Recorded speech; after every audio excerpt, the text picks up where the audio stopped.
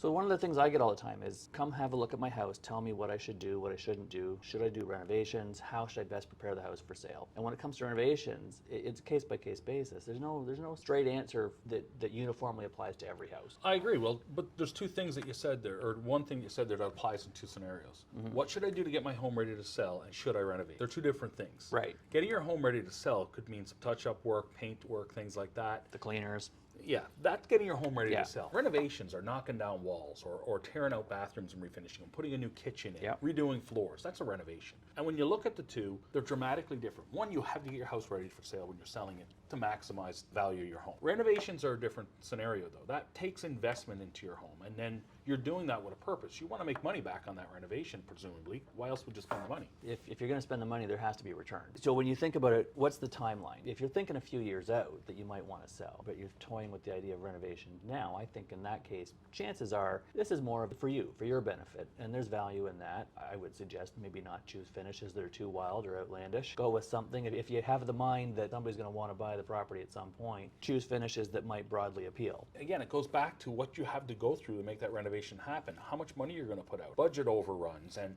time overruns. The market's going to change in that time frame. The market could go up and the market could go down.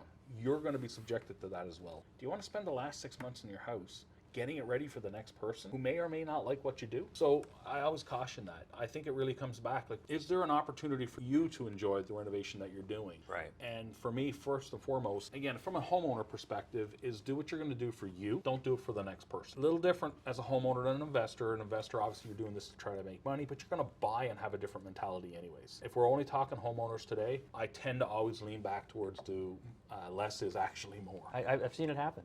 A house that needed a complete renovation, top to bottom, full gut job. There was one room where the carpet, he couldn't stand it, changed the carpet. He ordered it before I even talked to him. I think the day after closing, that brand new carpet came out because the entire house got gutted, top to bottom. Perfect example of why, if it's a giant project that's going to encompass the entire house and you're not prepared to do that, and frankly, the return might not be there for you, why bother with the little? Let it be somebody else's project. So I look at it from the perspective that if you're thinking of selling, and this is the position you're in, obviously you're out there thinking about buying a home. Think about the number of homes that you're looking at saying, oh, I would change this, or I would do this, or I would change that. And how many of those homes have been renovated or updated, or maybe not updated in the last 6 months, but 3, 4, 5 years away. And you're looking at it yourself thinking, I like the layout, I like the floor plan, I like the neighborhood, but I want to change the kitchen, or I want to change the floors. You're looking at a home that people have put the effort into changing and that you want to change.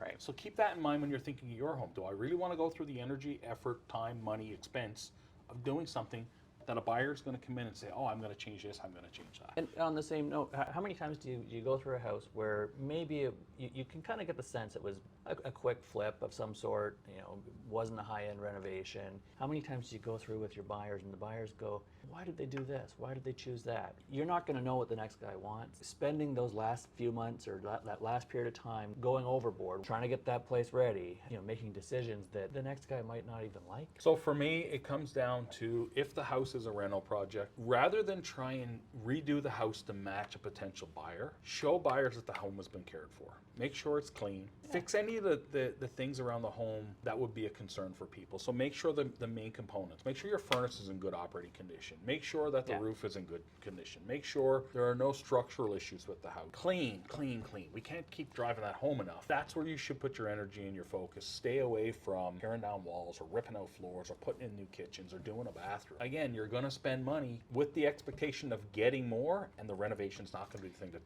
develops it. If those major infrastructure items such as the furnace or the AC and so on, if you can check a few boxes in that regard, and everything else is somebody else's project, somebody else's opportunity, chances are you'll do better than if you tried to make those decisions and go through the hassle of doing it yourself. How many times have you heard the word, this home has good bones? Make sure it's got a good foundation to build on, and let them come in and do what they're going to do. They'll make it their perfect place. Exactly, and you can focus on your next home.